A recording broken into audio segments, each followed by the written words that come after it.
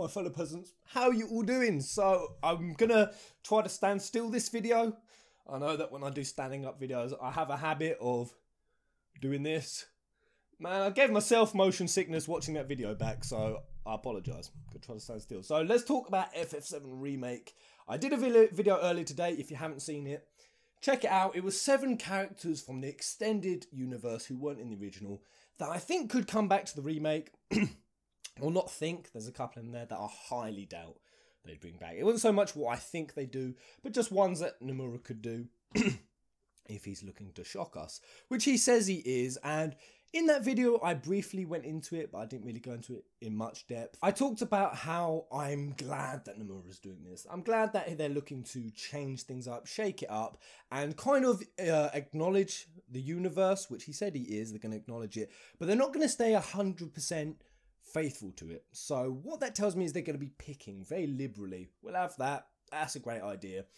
And we'll have that from there. And that's got a lot of people worried, especially when Nomura backed that up with, we're the ones who created this universe, so we feel like we can do whatever we want with it. And there were some people who were, that sounds terrible, I don't like that. Pez, I get what you're saying, but I still want FF7 to be like the original. So that's what I'm going to address in this video. Should the remake be a like for like of the original? Even though it isn't, should it be? So I'm just going to start by saying no one loves FF7 more than me. I mean, well, actually, that's probably not true. There's probably someone out there who loves it more, but I've played it 9 times. It's my favourite FF. There will be no one who gets a bigger nostalgia trip from FF7 than me. I could play this remake and it could be a bang-on like for like. It could be bombing scene into Marlene Bar scene, into the pillar scene, Don Corneo, up onto the plate. Like for like all the way through. I could know exactly what's about to happen. I'd still enjoy myself because I'd just go on the biggest nostalgia trip of all time. But that will just be me. There's going to be millions of players who either haven't played it or have played it, but they're not as emphatic about it as I am. God damn, I can barely speak today. I mean, that's true. For some people, it won't be this really powerful nostalgia trip. It'll just be, oh yeah, I liked FF7. I want to see what they do with the remake. I know the story of FF7, and now I'm just playing this game, and it's just the same sequence over and over. I know what's going to happen next. Yada, yada, yada, bang, bang, bang. And Nomura pointed this out, and he's quite right. And this is what I want to get out in this video. If they do the original story like for like, it will be so redundant. The number one reason is because nostalgia can only go so far. It really can only go so far. Honestly, the game, when it opens up, even if it is a like for like, because it's in better graphics, it'll be, yes, this is amazing. The graphics are beautiful, and it'll be very exciting for about 15 hours. After 15 hours, when you've seen the characters come back and you've seen them in their full remade HD glory, after that instant buzz of seeing these characters come back in remade graphics, once that wears off, there will be nothing left for the remake to stand on. People need to realise that they're doing this most likely as a trilogy. If Nomura's quote is anything to go by, he said that the 7 remake is going to be about the size of 13 trilogies. That implies 3 games, and he did specifically say that each episode will be a full game's worth of content. So, I mean, by those standards of FF13, that's 40 to 50 hours. That means that says over 150 hours of content.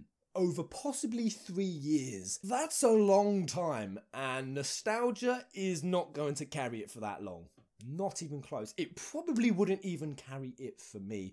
Once I'd played that first episode and I saw, all right, I see what they're doing with the remake. They're doing everything the same, just with prettier graphics. Once I've played that first episode, and I know I have to wait another year or 6 months or whatever it may be for the next one, am I going to be biting my teeth? Am I going to be absolutely chomping at the bit to get that next episode?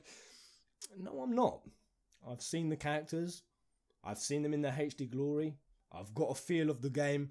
Everything on here on out will just be straightforward, straight shooting. I know what's going to happen. The only people it won't be flat for, and I will concede this, is the newer generation. People who didn't play FF7. And this is often the defense that people who want the remake exactly the same.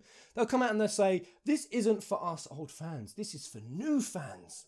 This is for them. And they deserve to see it exactly how we saw it back in 1997. And, you know, Seto's scene should be exactly the same, and nothing from this universe should come down. That's not true. That's ridiculous. To say that this remake is only for new fans and not for us older fans is totally ridiculous. FF7 was one of the best-selling Final Fantasy of all time. There's going to be a hell of a lot of people who've already played FF7, or at the very least, even a lot of the new fans will probably go back and look at movies or cutscenes of older FFs. I mean, there's so many people, even in my friendship group, they've not played FF7, but they can tell me who Sephiroth is, they can tell me who Cloud is. And while we're on Sephiroth, this is a great example. So this is the other reason why I think the remake really does have to change things up, because so much in the original was built around shock value. And so, no, there were entire chapters and sequences in FF7 that built up to plot devices and moments of holy crap. A huge one is Sephiroth. So I've given this example before at the start of the game.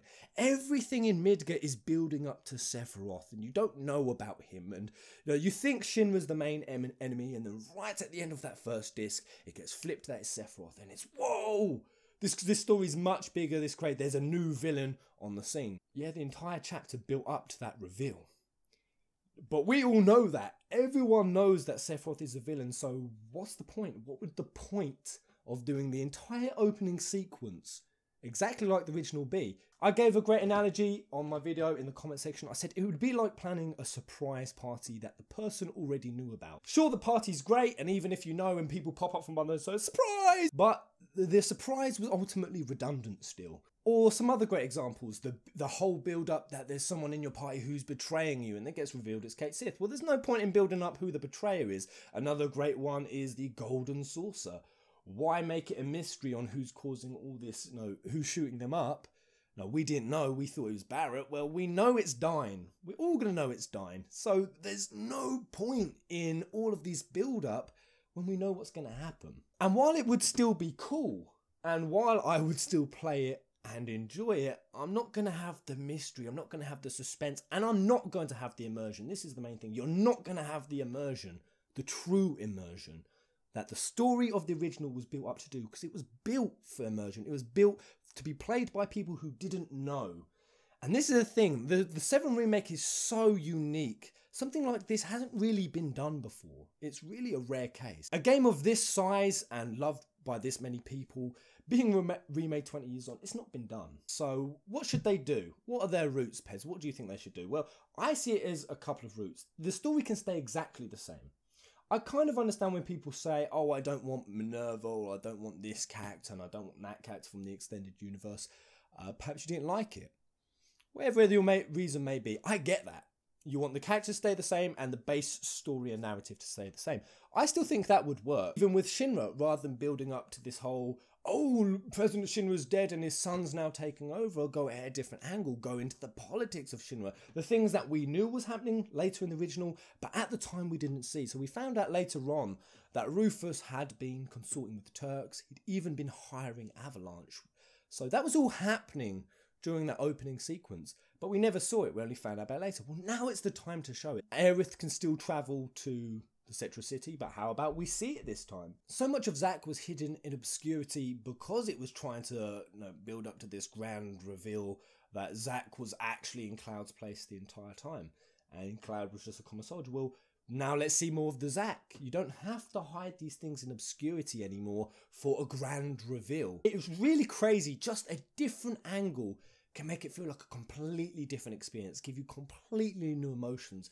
And you can laugh again, you can cry again, you can be shocked, you can be surprised, because like for like, I will never be shocked or surprised. I will never feel any shock value. And there's no better example of this than Nier. There was Route A and Route B, and they were the same. Exactly the same sequence of events happened, but in Route B, it was just done from a different person's angle, a different person's perspective, and different story elements was thrown in there because of that. And honestly, it felt like a fresh experience. That's the beauty of it. It felt completely fresh, and I felt whole different emotions in Route B than I did in Route A.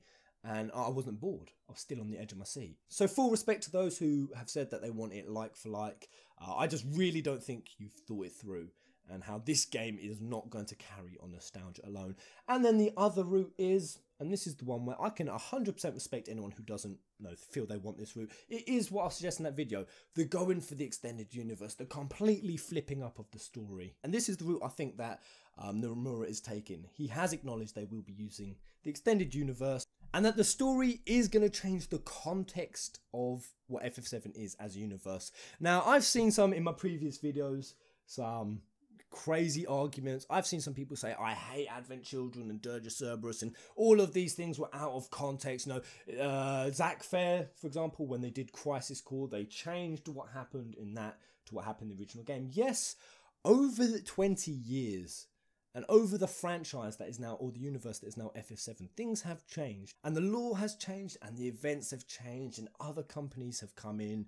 Now, sometimes they're not even Square Enix. Some of them have been external companies, and they've come in and they've put their own spin on it. So there is a real mix, and some people, they say quite fairly, that doesn't feel like FF7, and that's the position that Nomura and the team are in with this remake, on top of the mountains of other issues they've got. They've got to somehow find a way to make this entire universe that has over 20 years scattered out in God knows what directions, and in God knows what narratives. They need to now pull it all in. And I think that anyone who expects everything in the universe to remain faithful, I mean, it just simply can't. It really can't, even as it stands now. Nothing is 100% faithful to anything, so it totally makes sense why Nomura has said, some things are going to be out of context. It has to be. It would be impossible for Nomura to make something that made the entire universe cohesive. And honestly, there are so many bazillion ways they can go about doing this remake that the ones that I just think will and won't work, this is my standard, guys, and why I want to do this video, is you can't flat out ignore 20 years. This has become a universe over 20 years, and a lot of us have become emotionally invested, and it really wouldn't take much. This is the thing, when I say that, this should include the universe, I'm not saying in a way that derails the original. There is a side of me that still wants the original narrative, the original events. I do want to see Diane scene, and I do want to see, Kate Sith scenes, and I do want to go to the temple and it to turn into a piece of black material. I want all of that. And I think that's what most people want, and it's those people who come out and say, that's why I don't want the extended universe, I don't want it to completely derail what the original was, what I loved 20 years ago. And it honestly doesn't. Honestly, when I did that 7 characters that would shock us, I kind of highlighted it there, that they don't need to be grand story arcs, they don't have to detract from the original story, they can just be little quest lines. They could even be little hints, you could see an NPC, you could honestly just walk and get a little thing off a soldier, a little bit of information, his name's Kunsel. And that's it, that's the end of it, that's as far as it goes. But for people who have enjoyed that extended universe and followed it over 20 years, it would be a moment of excitement, it would be a moment of acknowledgement. And if you're just an original FF7 fan and you don't even want that, then I think you're just being selfish. You're saying that it can't even acknowledge the extended universe. I didn't like it, I don't even want it to acknowledge. How fucking selfish can you be? But I'm going to say it straight, guys, because I don't bullshit on this channel. There are some entitled motherfuckers out there who think that FF7 is somehow theirs. It's just theirs, and it was my original game, and it's remade for me, and I want it how I want it. And if I don't like that game in that game, I shouldn't have to have it in the game. This is for everybody, and I think people need to get that. And there's probably going to be even little things that happen in the remake that perhaps I don't like. Or perhaps they will change something that I really liked in the original. And I feel like as they've changed it, it's lost its value. But as long as the experience as a whole, as long as other things, bring me new angles, new experiences, and overall I enjoy it, then I can let certain things slide. And this thing with the remake, there's going to be things that people are going to have to let slide. Because we all hold this game pretty precious in our hearts, there's going to be things that are going to piss you off. Honestly, I can see one scene getting fucked up for a person that they really enjoyed from the original. And even though they enjoyed the entire thing, boom, they're going to go on the internet and they're going to rant about it. There's going to be a lot of hate and anger coming off the back of this remake. It's unreal. I can already see it. But do the different angles, acknowledge the universe, and the main reason for this video, anyone who still thinks they just want the original as a like for like, really think about it. Because when I first heard about the remake, that's kind of what I thought. I kind of thought, yeah, I want the exact same like for like. Even when I was petitioning, I thought that I would want a like for like remake. But it's when I actually sat down and thought about it that I realised, actually no, that would be super lame. And it would be a wasted opportunity. It would be a totally wasted opportunity. There was so much in FF7 that they can explore and that they can, do, that if they just take the standard route, once you've seen the characters and you've seen them on your screen for 20 hours, you're literally going to be able to imagine the rest of the game. But there it is, guys. Let me know what you think in the comment section below. I bet it's going to get pretty damn spicy down there. Keep it cool, keep it civil, but there it is. Just wanted to clarify my position, because a lot of people found it strange that someone could love the original so much, but not want to see it. I want to feel things other than nostalgia. There it is. Until the next video. Kubo!